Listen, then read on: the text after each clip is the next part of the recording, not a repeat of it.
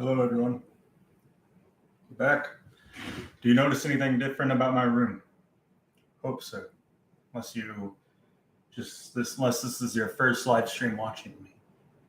Well, I mean, and you haven't seen my other videos. If for whatever reason this is the first video by me you ever watch, you won't notice anything different about my room. But if you've been watching my channel, you know there's something.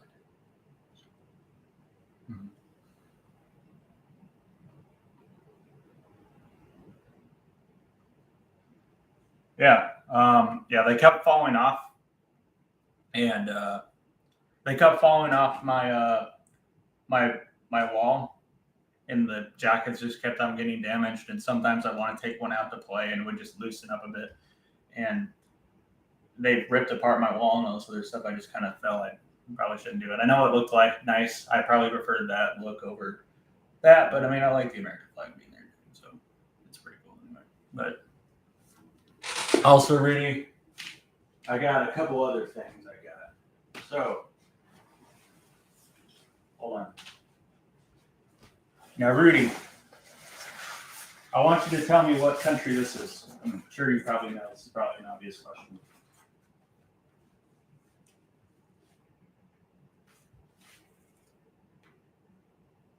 I'm sure you know what country it is.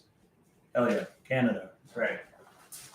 You know what my favorite group from Canada is? Probably Godspeed You Black Emperor. But I also like Cryptopsy is another one of my favorites, as well as Gorguts and Arcade Fire. Hold on. They try to hold this right. There's a lot of good groups that come from Canada, actually.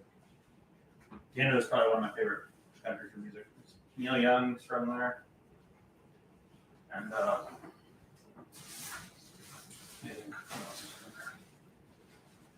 Leonard Cohen.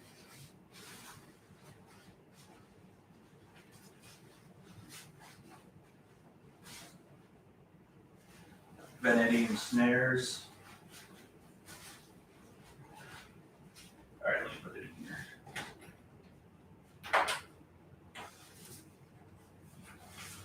I'm in a drive-through with Burger King. My brain's gonna pop into your funny ring. Oh, fine.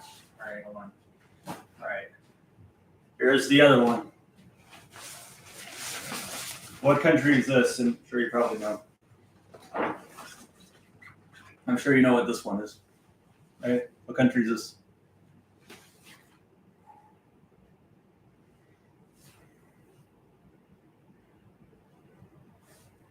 I'm sure you know what country this is.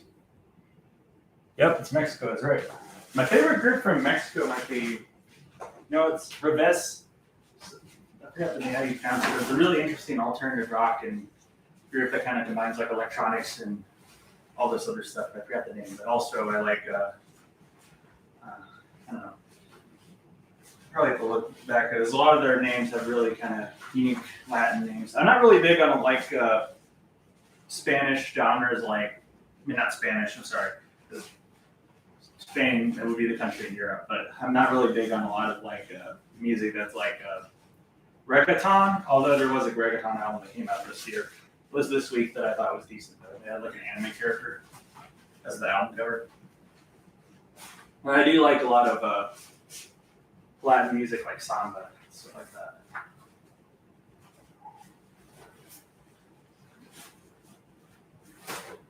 And then last one, I've already had this one for a while. I might as well show you since it fell out. What about this one? What country is this? This is the last one. I only showing this one because it fell out.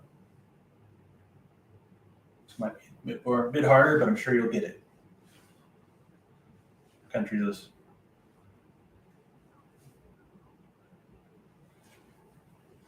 You have too many flags. I do. You're right. It's Brazil. Screams in fear. Oh no. All right. Yes. Brazil's probably my favorite country for Latin music, I have to say. Milton Nascimento and Sepultura. Yeah, Brazil is one of my favorite countries for music. All right.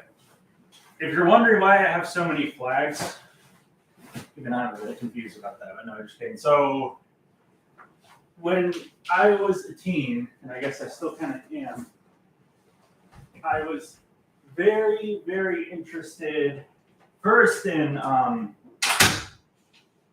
flags of other countries, and then it became to like learning about other countries and came to geography, and I would make little maps ranking countries by how wealthy they are, their population, or something like that. And I would do all this other stuff. How developed human development index and all this other stuff. And I collected flags for a while, and I just thought maybe I'll collect some more. I got Canada and Mexico just so I'd have every well, it's not every country in North America, but it's the three most populated in North America: Canada and Mexico. And then I got Brazil just because I think Brazil has a lot of really similar history to the United States. And also, I like Brazil's flag. I think it looks cool.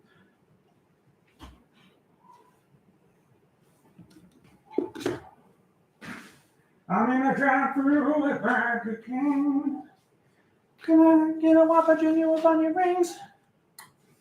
Oh, and also, it looks like there's going to be a new Hell of a Boss episode this Saturday. They've been dropping them left and right, bro.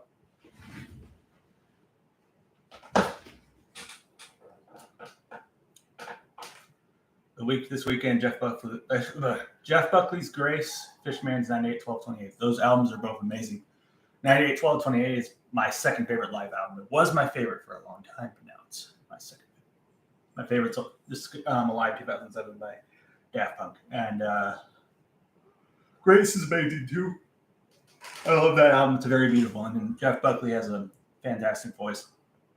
His father is also his father's dead, but his father was also a musician, but he released more than one album, but he died at a younger age than Jeff Buckley did. And his name was Tim Buckley.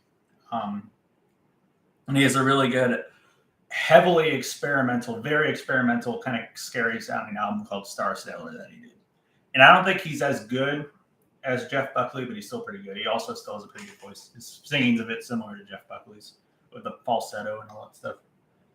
Oh yeah, excited for the new episode. Mm-hmm. But it's going to be good. I bet.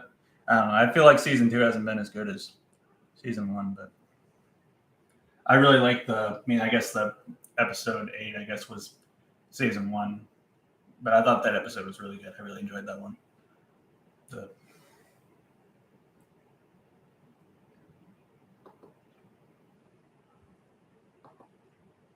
One thing I have to tell you is that. What is it? Oh man, I tried for a Burger King.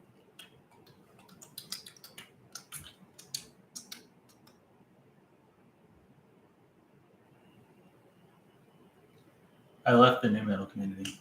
Well, they're still good new metal, man. I like System of a Down and Deftones and Slipknot and the Shizit. And well, I don't know if you consider it new metal or not, but I will say they're new metal because they're definitely alternative metal, and I love their album Soundtrack to the Revolution. Although I think I prefer Rabbit Junk's Refrain. That's probably I prefer that album if I have those two go fight to fight, but a battle or whatever you call it.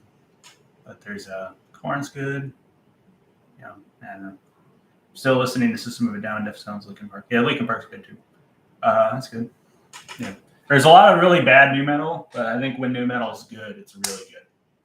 I think new metal is a pretty fun genre anyway. And it's kind of been making a revival too. I've noticed like that album Post-Human Survival Horror kind of has some new metal in it. It's a fantastic album, man. Well, it's an EP. It's not an album, but it's like 30 minutes. It's kind of an album, I guess you can say. I don't know.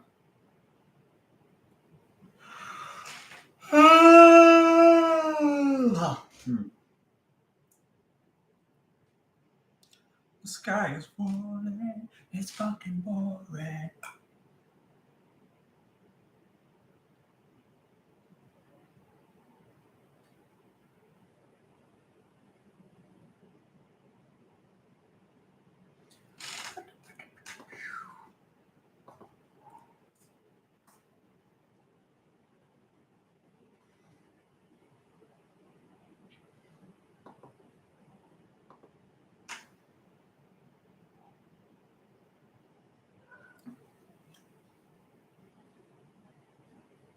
And then also, you know the song, what is that song called?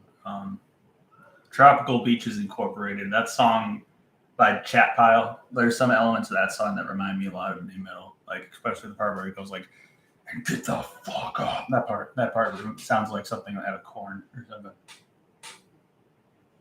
And that chug or whatever it reminds me, it sounds a lot very new metal like.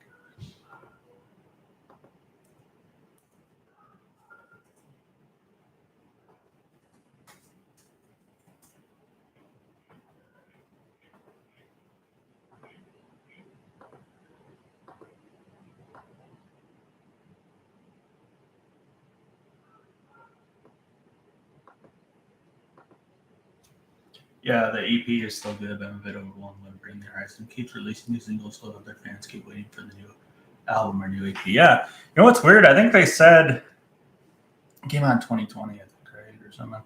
They said it was supposed to be like a series of EPs that would be an album, and then it was just that EP, and it's 2023, and now they're finally releasing new singles. But I think Post-Human Survival Horror is by far the best thing they've ever done. I was shocked by how good that EP was. Because I legitimately think it's like one of the best like releases of like in metal. I think. Oh, and Post-Human next year. Okay. Where's that coming out? September 15th.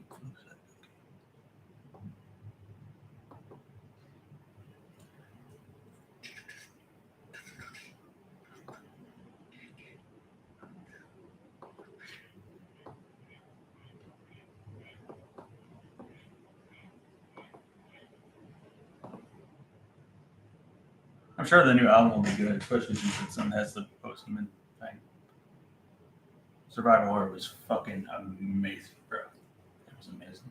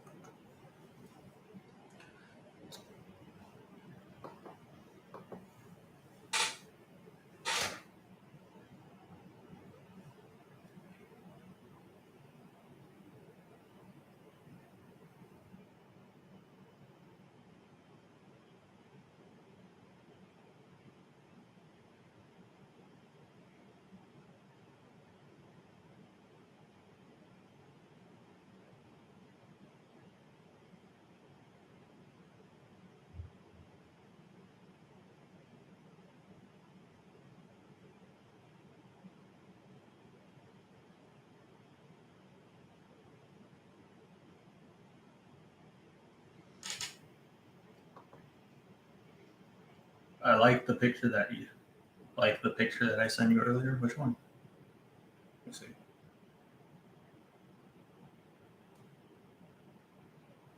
Oh yeah, the Spider Punk. Yeah, I think that's a pretty cool picture.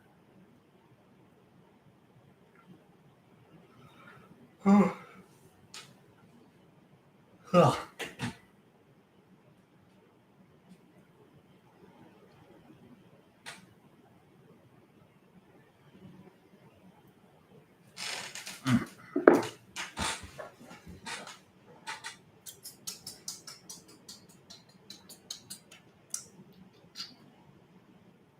Smiles album is really good. Yeah, it's really good. Have you heard the new single they released?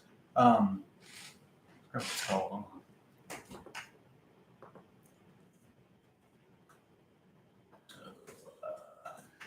Their new single is like freaking amazing. I talked about it in the last stream. It's so freaking good, and it's apparently not even going to be on an album, but it's definitely the best song they've ever done. I would compare it with like some of Radiohead's best.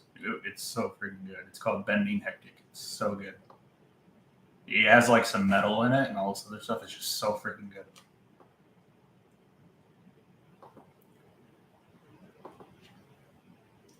It's so good. It's better than every song off their album, and it's not even going to be on an album. It's a non-album single, which is crazy.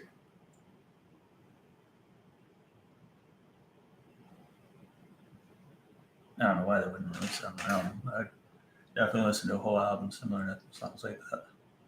Like that track. Oh.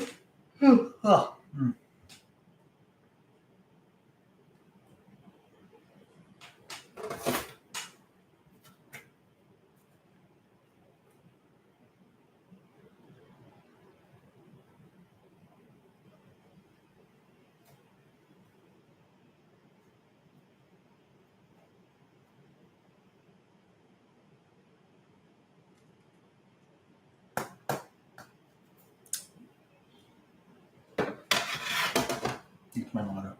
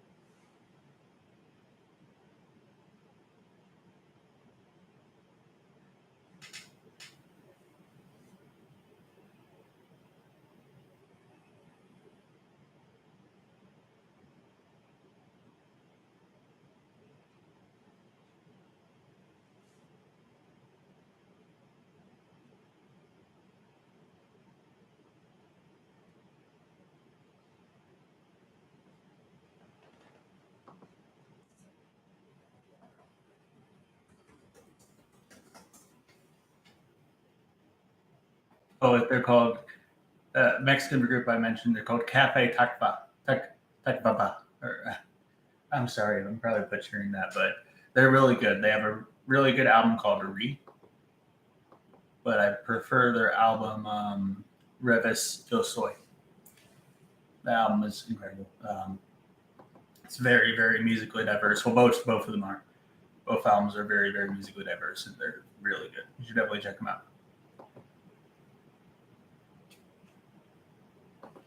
I'll type it in.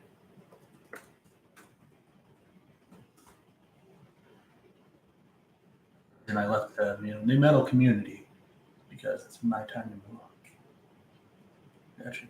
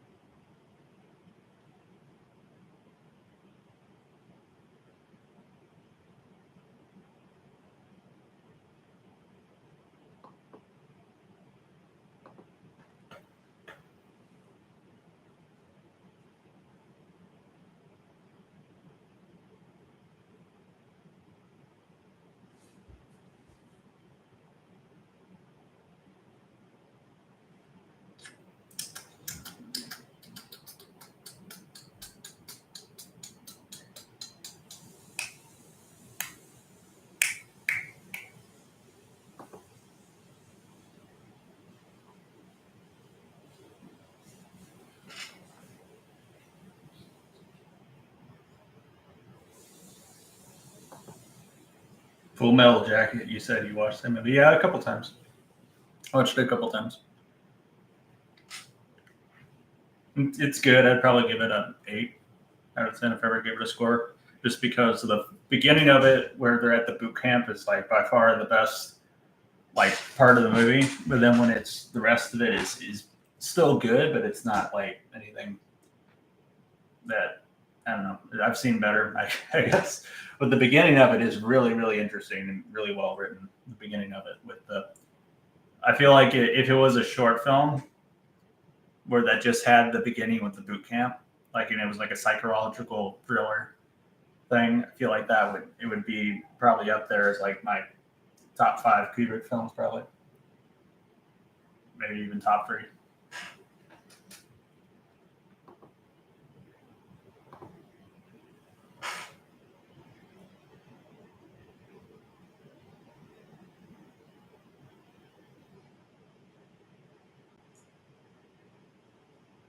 My favorite war film, though, is probably Come and See. If I just say it's probably my favorite war film, and then probably Apocalypse Now. And Come and See is a Soviet film, by the way. It's very, very scary and disturbing, though. But it's a really good movie. It's apparently gathered a bit of a following recently, apparently, because there was a video that was called "The Scariest Movie Ever Made." It wasn't even a horror film. I think for some reason the video's down, but it went viral. I think that's why a bunch of people were talking about it.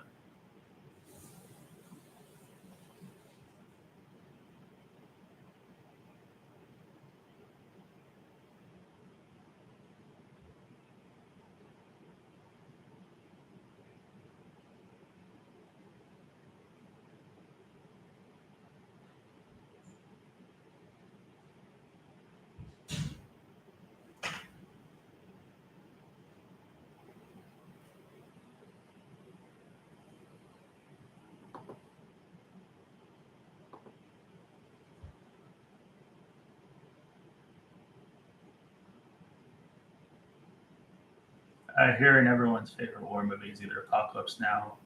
I've never seen Saving Private Ryan. I've never seen that movie, honestly, but no, mine is. This is like I said, this one's my favorite.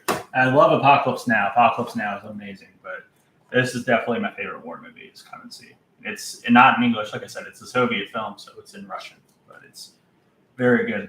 It's kind of scary and very, very disturbing, though. But it's very good. It's very well made, and yeah, it's not on streaming though. But it's on YouTube. It's like someone uploaded it on YouTube, I think. But Apocalypse Now is great too. I have that movie as well. Here it is. I got it when I was at Best Buy. This is definitely my favorite Francis Ford Coppola movie. You know, one of the people that I don't know if you ever seen Apocalypse Now, but there's one guy they call the chef who's kind of like this funny character. The actor who played him died like a week ago, which is too bad. I thought he did pretty good in that movie.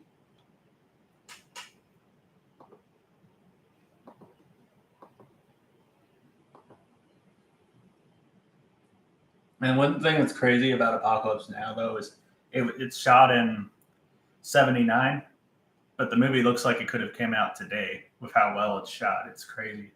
The movie's just very ahead of its time. It looks like it's a movie that could have came out in the late 2000s or early 2010s or something.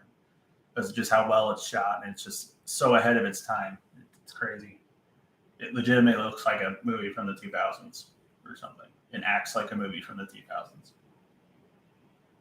Yeah, you got that movie 2 years ago along with Tyler's Eagle Run. Yeah. Yeah, I'm glad. Yes, I think that's right. I didn't even remember that. But yes, I think you're right. I think I did. When I picked out Igor by Tyler the Creator at Best Buy, I also got Apocalypse Now at the same time. I think you are right. It's interesting you remember that because I don't even remember that.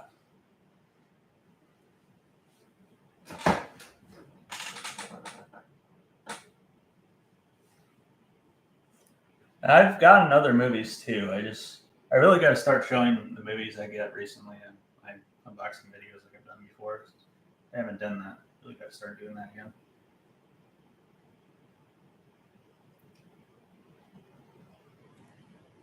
Mm-hmm. Oh, it's my record store day. Oh. Interesting.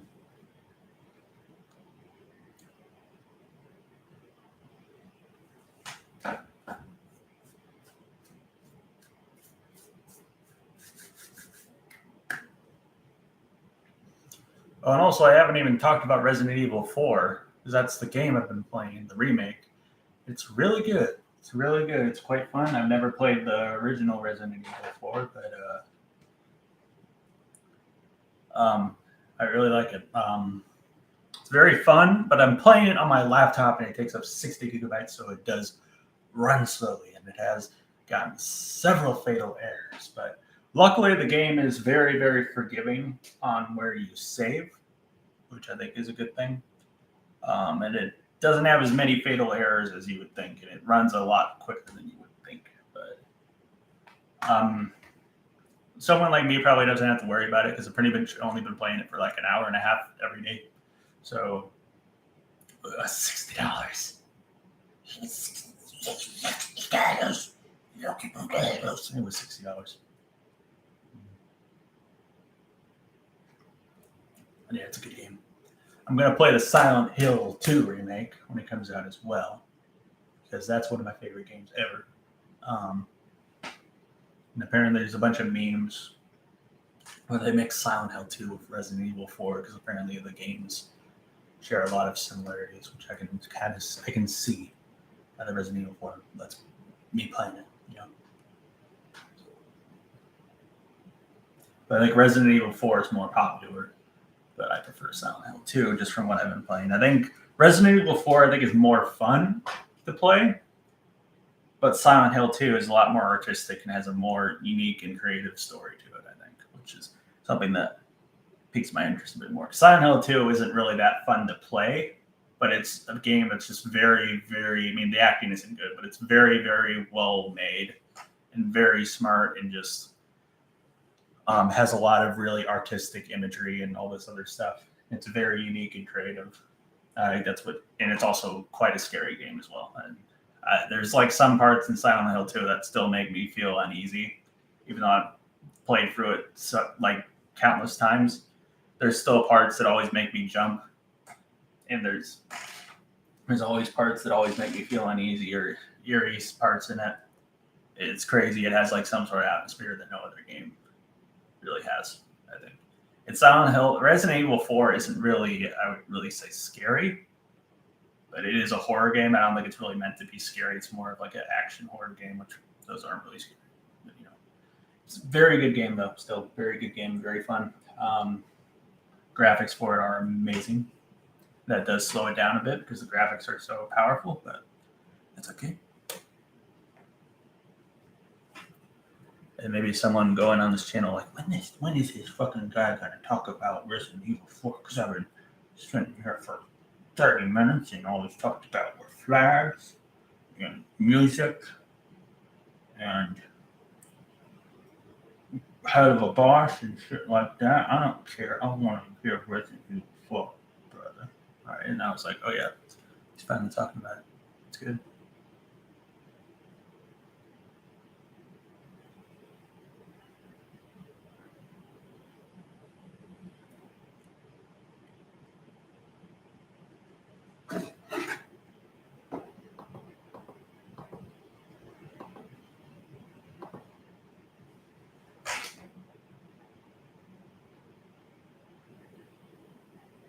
Oh, I gotta get the cats. All right, hold on. Give me a second. I'll be right back, guys.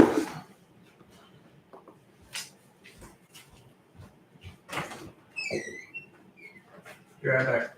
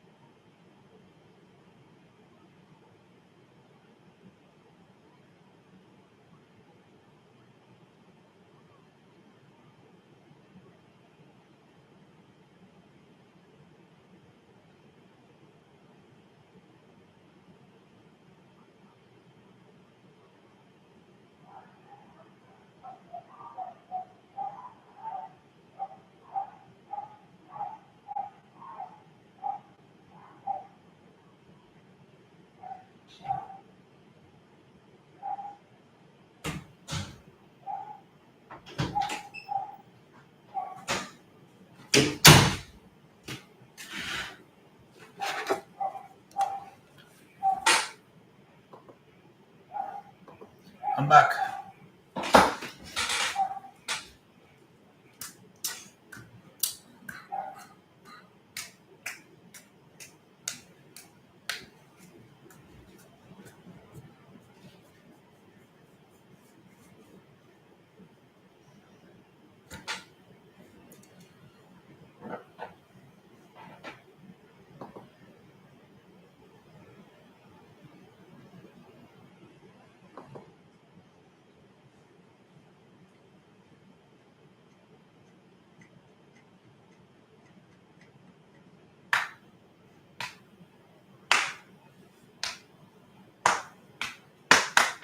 Oh, it is. Yeah, that album is freaking amazing. That's one of my favorite punk albums ever. It's probably my favorite album by a Swedish band too. So I actually have it on both CD and vinyl. And now that's back when I just collected CDs instead of vinyls. Or I don't remember when it was. I think it was just that. I think it was actually that they didn't have the vinyl of it, but they had the CD, so I just got the CD. I think that's what it was actually. But I have the vinyl now. We haven't had it in a while though, but you know.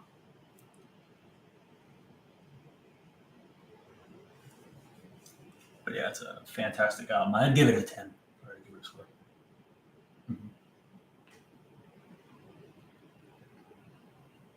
And what's crazy is like that's by far the best thing they've ever done. Like by far, without question. They have one other album that's pretty good. And then everything else they did, yeah. It's kind of crazy that it's the same group that they released something that good without songs to fan the flames of discontent. Yeah, the album's decent. And then everything else they did is so they got two good one good album, one freaking fire 10 out of 10 amazing mind-blowing album, and then three albums. It's kind of, I don't know.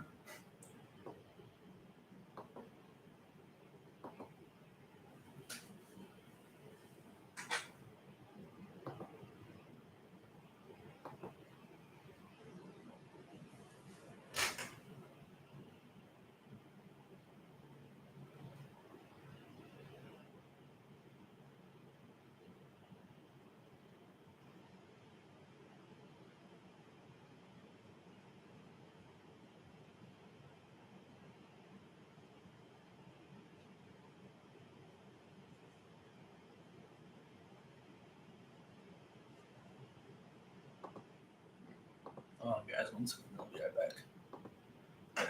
Did you ever draw? Yeah, I used to draw all the time when I was younger. I don't really do it quite as much anymore.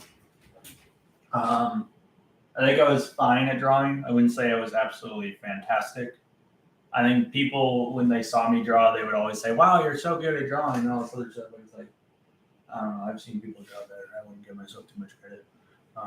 There's only certain things I can draw well. I'm horrible at drawing people, but I can draw like Sonic characters really well, and that's really into Sonic. And I think I'm fine at drawing Hello Boss characters actually, just because my girlfriend has been watching the show too, and she asked me to draw Moxie and Millie or something like that. When they were costumes, so I did that. But yeah.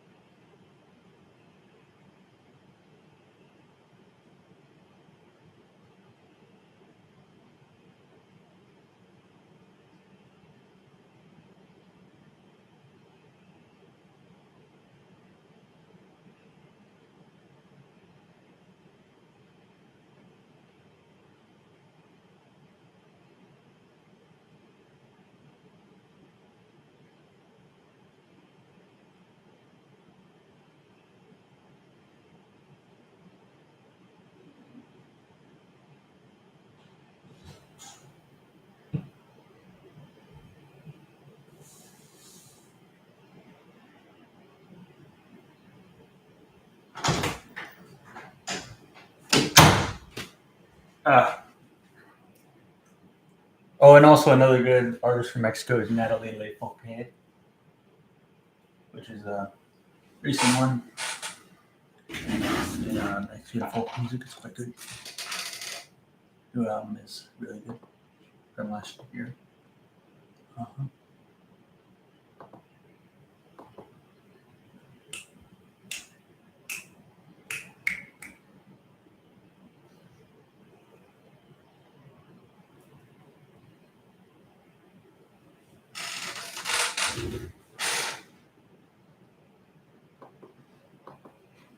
And though I think my second favorite country for music from Latin America, my favorite for Latin American music is Brazil, and then probably Jamaica if you count Jamaica, then probably Argentina, and then probably Mexico. Because there's actually a really good um, progressive rock band from Argentina called Invisible. There's also a really good electronic, psychedelia album called Bo Canada by let's see, what's his name again?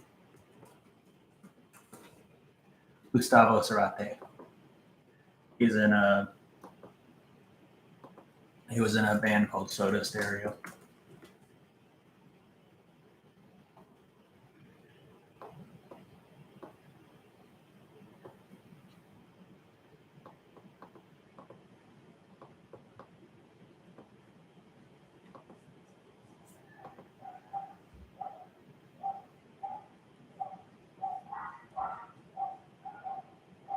The dogs are barking like fools. Barking like fools. Swans YRP on the beginning of the new song. You hear the male voice saying "ugh, ugh." I did not. Wait. Yeah, I think I know what you're talking about.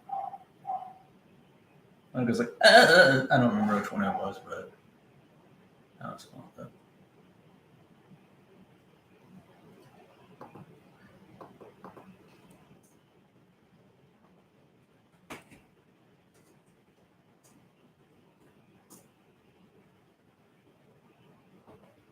See, that's what you're talking about. Yeah, it is. The whatever, whatever that noise was.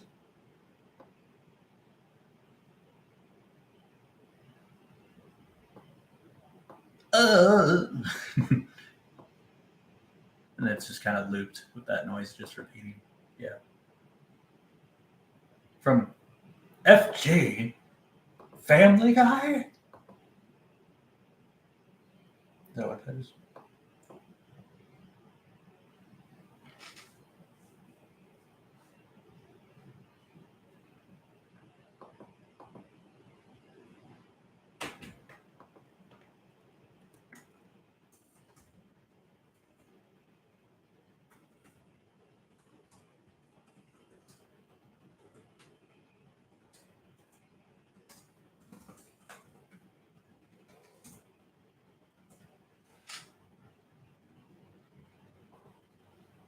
It sounds like Stewie.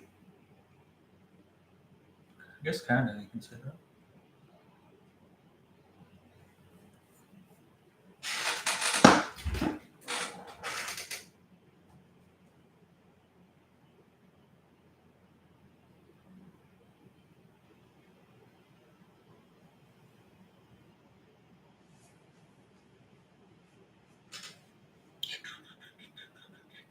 Thanks. I got another Swans poster. I was what? They're over there. See it? So, to be kind.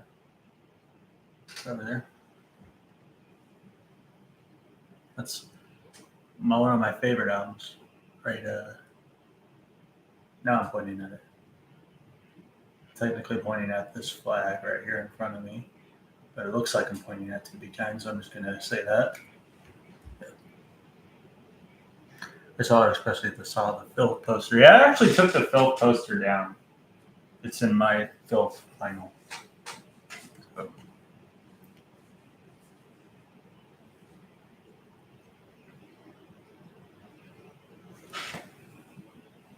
Swans has such a freaking good discography, though, man. They are a very, very consistent group, like scarily consistent with how many albums they do and how old the group is from the early 80s. They still drop banger albums, man. So good. Definitely one of my favorite groups, Swans is. So. Hold on. Another poster taken down, the Nine Inch Nails Broken poster. Yeah, I don't know what I was thinking getting that poster, because if I were to get a Nine Inch Nails poster, bro, I was thinking rationally, I would have gotten one that had the Nine Inch Nails logo, not a little backwards N, lowercase n, and their logo has an N, an I, and an N, and a backwards N. That's what their logo looks like. I would have gotten that.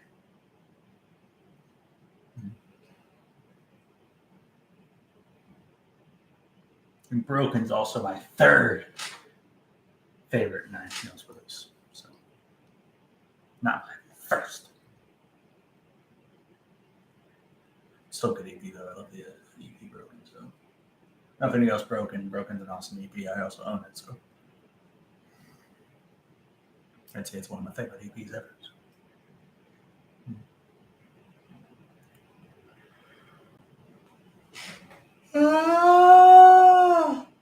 I wish the Nothing Studios.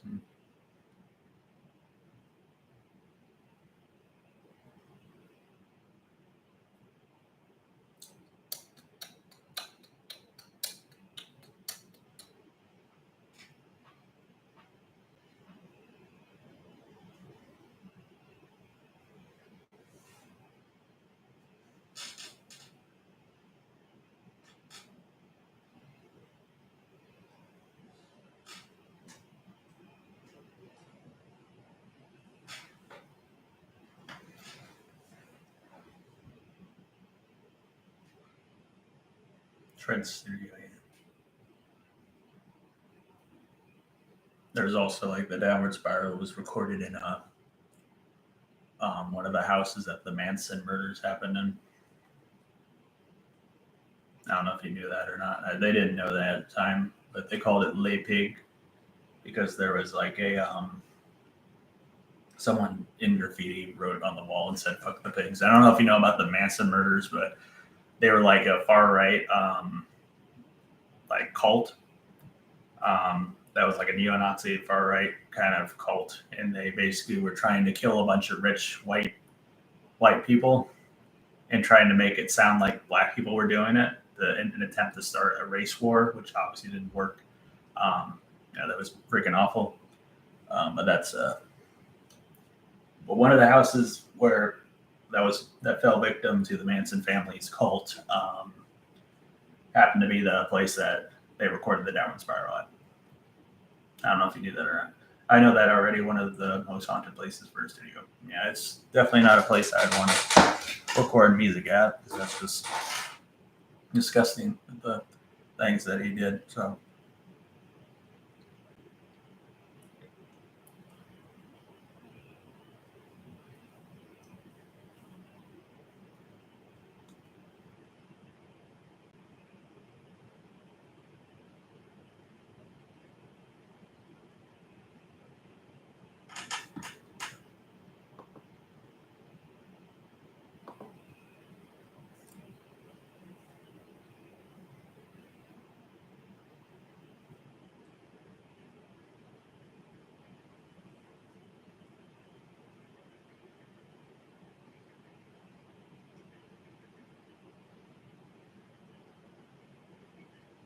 There's two people watching. Hello, other person. There's another cult that's actually kind of similar to it. Was the Jim Jones cult, and that's where the drink the Kool-Aid things come from. And it was a far left, not far right like the Manson family. It was a far left because it was influenced by like Christian communism or something like that. Even though the person that Jim Jones was an atheist, though he didn't let his followers know that. But he basically had, and he was really well respected originally because he was like an activist for African American civil rights and all this other stuff. And but then he basically had all these people drink Kool-Aid that had like cyanide mixed in with it. And then everyone there died, and then eventually he shot himself. You probably know about that too. That's where the line like drinking the Kool-Aid comes from. It's used with people that are into cults and cults of personality and stuff like that. I mean, people that are in cults or cults of personality is what they do. And then the people that refused to drink the Kool-Aid, I think, were shot or something like that.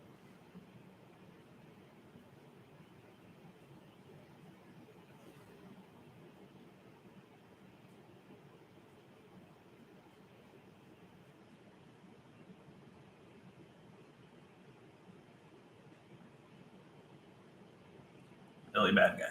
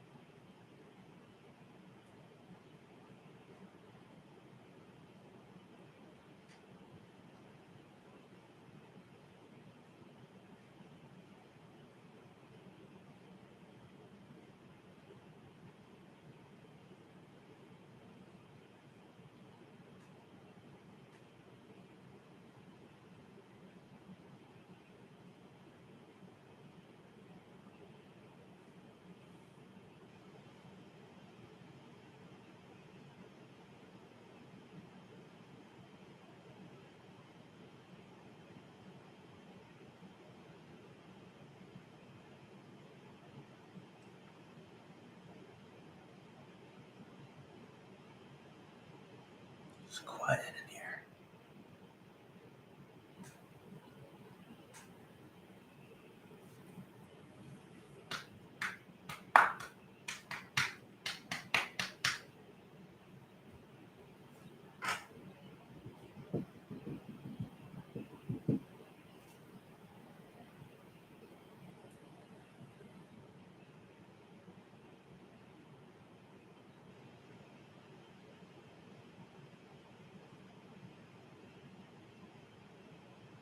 I think you already know that Trent Reznor produced Santa. Yeah, I knew that. He produced. I don't think that's the only one he produced. I think he's produced other ones by him too. Pretty sure he did at least, but because Trent Reznor and Marilyn Manson used to be really good friends. They had a falling out, and now it's probably a good thing because Marilyn Manson turned out to be a pervert as far as women that accused him of sexual assault, which isn't good. But he's someone I gotta separate the art from the artist. He produced Antichrist Superstar. I knew that. Mechanical Animals, he produced that too. He did not. I thought he produced. Huh. Okay. Mechanical Animals is my favorite he did. He did not produce Hollywood either. All right. Trent Reznor is a freaking fantastic, like god tier producer. So.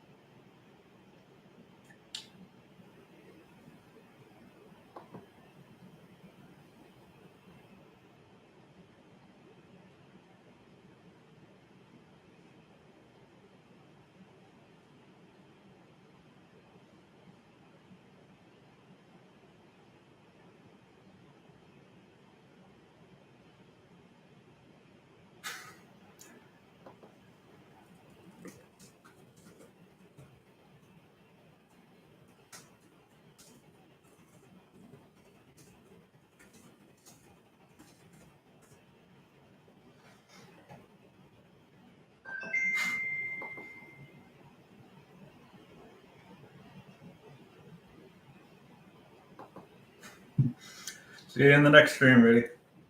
Good talking to you like always, bro.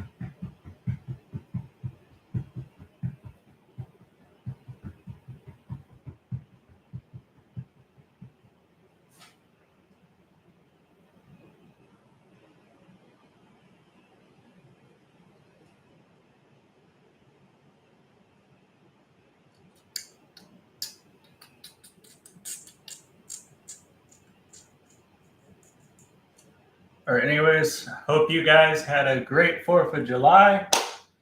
And see you next stream. Bye.